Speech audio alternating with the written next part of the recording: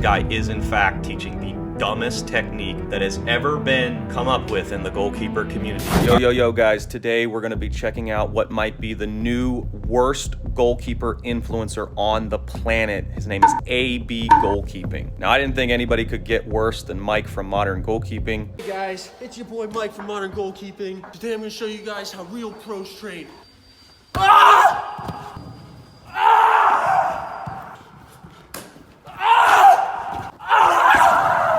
He definitely holds the title for the world's worst goalkeeper influencer, but just wait, some of these videos that this AB Goalkeeper guy puts out, he really gives Mike a run for his money. So as a 10-year professional goalkeeper myself, back across, Robinson with a huge save right there. That's an unbelievable save from Robinson. Wow. I'm gonna tell you guys what's right, what's wrong, and what's absolutely horrible. I work from first-ordered principles. The goal of a goalkeeper is to keep the ball out of the back of the net. And I'm gonna tell you guys exactly how to do that. All right, so this first one has 221,000 likes on this video about goalkeeping. All right, here we go.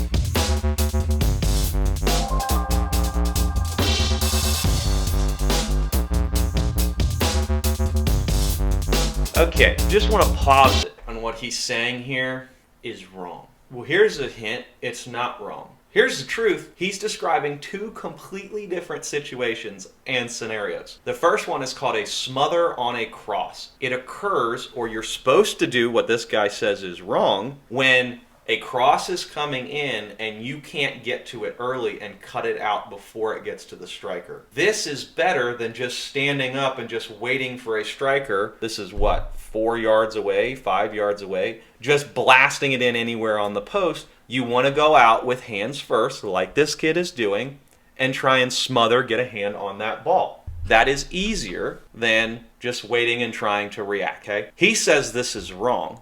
And that in fact, you need to every single time cut this ball out. I'm gonna tell you right now, you can't do that every time. So I have no idea what this guy is even talking about. Here's some of the comments. One is an interception, the other is used as a block. Both with different things, useless video. I couldn't have said it better myself. Another person just says, no, that's wrong. Not as detailed, but I completely agree. This guy says, and now the goalie got a kick to the face too. Well, I'm just gonna say this straight up. For anyone who doesn't know, as a goalkeeper, you should get planned to get kicked in the face. That's part of your job, is to put your body on the line and get kicked in the face. But I wanna take a note, you know, there are a lot of comments that are calling this guy out, but there are far more that outweigh those criticizing comments that say, useful advice, fire, more tutorial on how to be the best goalkeeper. Guys, I'm gonna let you know, you follow this guy, you're gonna be the worst goalkeeper on the frickin' planet. I don't ever slow up, no I don't take shit. I got no love for the fakeness. If you wanna play tough and wanna hate this, I'll always show up. I don't ever slow up, no I don't take shit. I got no love for the fakeness. If you wanna play tough and wanna hate this, I'll always show up and make a statement. I don't ever slow up, no I don't take shit. I got no love for the fakeness. If you wanna that's an absolute joke, especially at the end with the... That ticks me off. You're telling people how to be bad goalkeepers. I mean, if the argument here is that it's better to go down with a collapse dive on a shot like this rather than a foot save, maybe 20 years ago that was the primo technique, that was the advice, that was what everybody was doing. In the modern game, I think guys like Manuel Neuer and David De Gea would have something to say about that. I can think of a few saves in my head, particularly from David De Gea, where if he didn't use his feet, I think I'm thinking of the game against Arsenal where he had about 17 saves in one game. Fact check me, I think it was either 16 or 17. And a good half of them were saves almost exactly like this from this far away with his feet. He would not have been able to save them with his hands. There's a reason for that. Because on these shots that are coming in quicker, you don't have as much time to get down. Gravity only works so fast. You have to use your feet. And so for this guy to say, oh, nope, wrong, don't use your feet on this, go ahead and do a collapse dive, is one of the biggest disservices to goalkeepers trying to be proficient in the modern game. The correction would be here is the technique on how he made the foot save. So what he did wrong with this is his foot is at an angle. So I'm going to literally stand up and show you guys. But when you step to a breakaway shot, your foot should be coming out. You guys see my foot? As like a brick wall, like a straight on brick wall, almost coming out like to receive that pass or make a pass with the inside of your foot. Instead, he comes out at an angle, so when that ball hits him, it deflects, and that velocity, that momentum, carries that ball underneath his legs. So that would be the actual correction. This could have been a very good video. Comments, this one, there are a few more people that are calling this one out. And we've even got actual legitimate goalkeeper academies saying, can you please explain your idea in more detail? Does it mean that on shots which go to the bottom corner at that distance, you got to go ahead and not use your foot deflection and you have to do a collapse dive? And then someone right beneath it, also another goalkeeper academy, says depends on the kick speed and distance. Feet can be quicker in this case, but it must be well executed. Is that not exactly what I just said? I mean, right on the money. But then underneath it, you got Titan, which is a very reputable, large brand that, I mean, I have kids that I work with that wear Titan, that watch their content, and they're going... Now I know why they're doing it. It's because this guy has so many followers and the views, and that's how it works in this day and age. But that's why I'm doing this, because this is the type of crap that leads to terrible goalkeeping. And this is why I'm seeing a lot of bad tendencies and bad habits out of my young goalkeepers and even some of my pro goalkeepers that I train with. Like, where did you guys pick that up from? Well, they saw it online somewhere.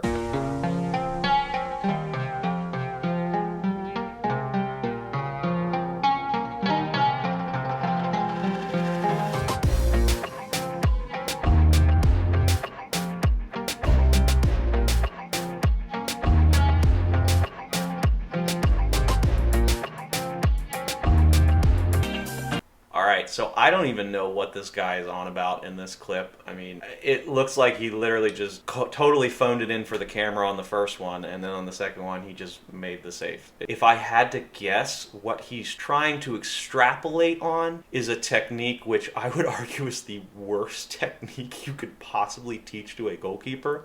It's called the negative step. And what the negative step is basically you step away from where the shot is going so that you have more momentum to propel you into a dive to make you look cooler, basically. I always argue that a negative step is for goalkeepers that are bad that want to make simple saves look way harder than they actually are. So if that's what this guy is freaking doing, this is beyond, this is so much worse than I even thought it was going to be. And so the comments are even saying this similar things. Henry Allers says the form was worse after. Someone named Josh just said no. Someone else said, in this section, I did not understand. Sad cry face, sad cry face. Me neither, brother. Wrong 100%. So like even people that, I don't know, I don't think these guys are like pro ballers. Even normal people are picking up that this is bullcrap. And so maybe that's why this guy is getting so many views, because he's just kind of trolling people. Let's keep going.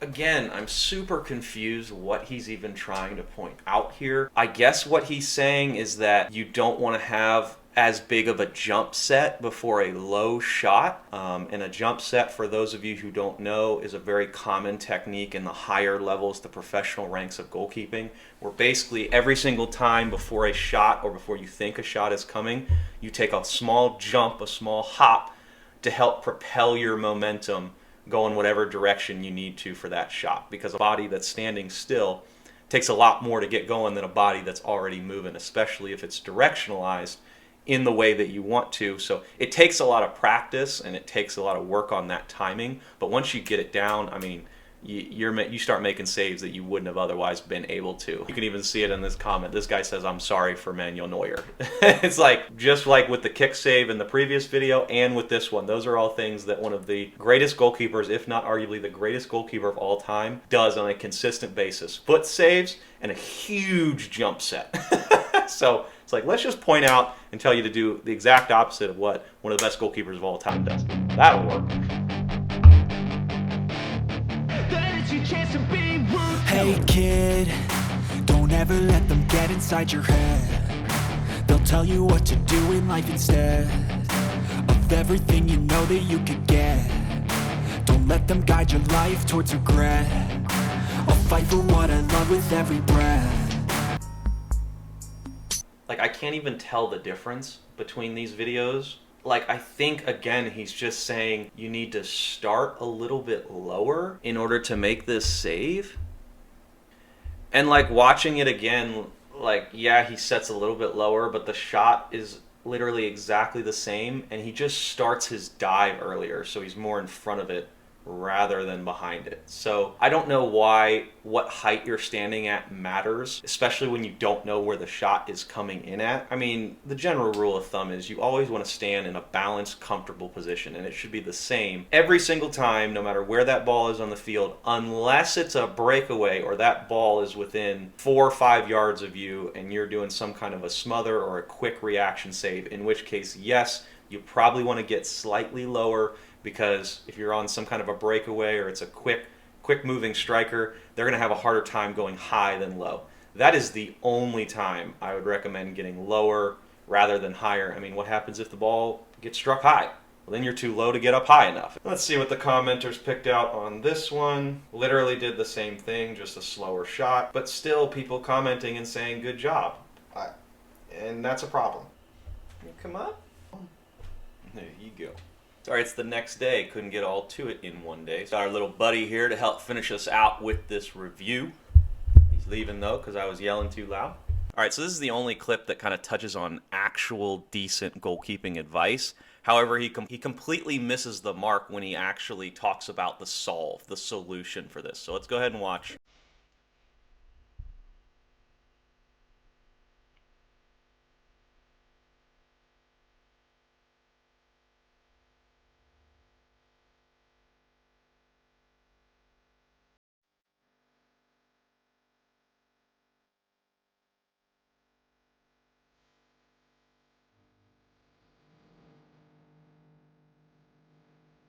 Okay, so I want you to just imagine for a second if a striker is coming at you and he just has the ball under control the entire time. What are you supposed to do? Just sit there in the back of your goal and just let him come right at you? Well, according to this guy, that's exactly what you're supposed to do. The real answer is that you wait for a signal mark. And most of us that have a rational brain can figure out what's that signal, that sign that anybody's about to shoot. It's not when they have control of the ball. It's when their foot comes back and starts to hit that butt, that hamstring. It cocks back. It's like a loaded gun. That's when you set your feet and you get low and you get ready to, and here's the key for me if I'm going to give you guys actual advice, react. Where I have it paused exactly here should show you.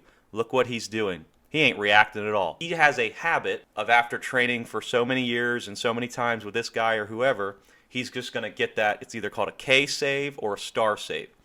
A lot of really bad habits arise from exactly this, where you think on a breakaway, a lot of goalkeepers come out, you just go ahead, and when you get close enough, just hit him with a star save. And it's so close, just turn your head. That way you don't get hit in the face. Absolutely not.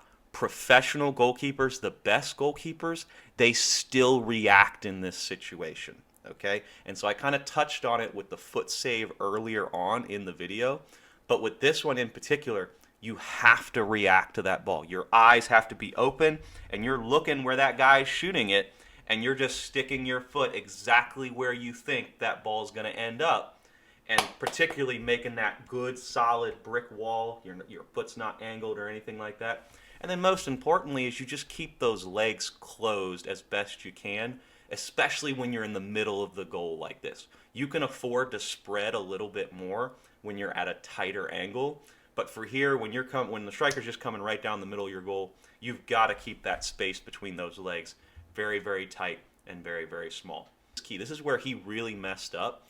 You should always be approaching, even when they have it under control, trying to steal ground, making small adjustments, sometimes even dropping back if you have to, and then only setting those feet when that leg cocks back. That's the actual signal.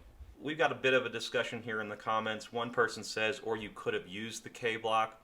K-block and star save are very similar. A star save is just more spread out. K-block is a little bit tighter. They're basically the same move. You always start in a K-block, and then what you're supposed to do is what I just said, react. So if that ball's going wider, it's not going through those legs, start to spread from that K-block in order to react to that ball. This guy's got a good take. He even says, bad technique though. Why does he use a big block when he's 2 meters away from you? Small block is way faster and more effective than big block. It's like that falls in line with exactly what I just said. If you're in the middle of the goal, definitely use that K block because you need a smaller space in between those legs, and then go ahead and react, make it a big block if you know that that ball ain't going through those legs or you're at a tighter angle like I just mentioned.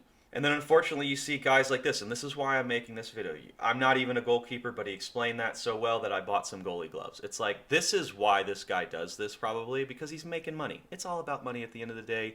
That's why I even got started on YouTube, because I was calling out bull crap from guys like Mike from Modern Goalkeeping for doing the same thing, teaching bad technique, just using a little bit of extravagance and flashy content to then sell his glove brand and make a bunch of money.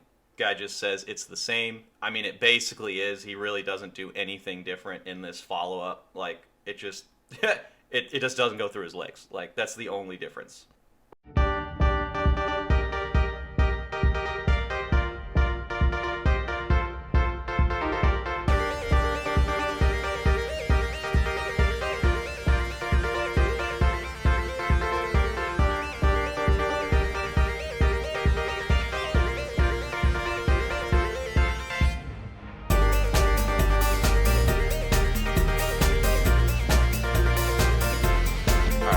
I'm not even going to dignify this one with a proper response. How about you just catch the ball? There's 101 better ways that you could do this. But like I said, they all start with eliminating the follow-up shot in the first place. So like I said, I'm not going to dignify with a response. I kind of did there. Just don't push it back into the freaking attacker. This is stuff I work on with 9-year-old goalkeepers. Hey, when a shot comes at you and you're having to dive, don't push it right back into the attacker. Push it well wide, get a little extra on it, get it 10 yards outside of that box, or just let it go out for a corner kick, or hold the damn thing. And the comments catch it as well. So the advice is to get up as quickly as possible when the keeper can't keep the ball in his hand. I mean, yes, that's true, but how about just become a better goalkeeper by not dropping the ball in the first place? Comment underneath it even says that. Better yet, you can just catch the ball if it's close to you. This guy makes an interesting comment that I just wanted to address because I have heard this before, and it's just, you know, it's kind of funny, I think, that people even have this discussion, but I understand why. This guy says it is wrong to stand up by placing the inside of your glove on the ground. You should stay with your fist. It will damage the latex less. Even though that's true, that's completely wrong. Always use your palms to go ahead and get up. Unfortunately, you're going to go through gloves because of that, but that's the best technique. Sacrifice the gloves over giving up a goal. However, I do understand that gloves are freaking expensive. That's also why I recommend not buying a $140 pair of gloves. Just buy a pair of $60 gloves. They're going to do the exact same thing. All right, so saving the best for last. I did get a chance to look at this, and I was like, oh my God, I have got to include this one in here because this is beyond ridiculous. And it also confirms my worst fears that this guy is in fact teaching the dumbest technique that has ever been come up with in the goalkeeper community, the negative step. Now let's watch this crap.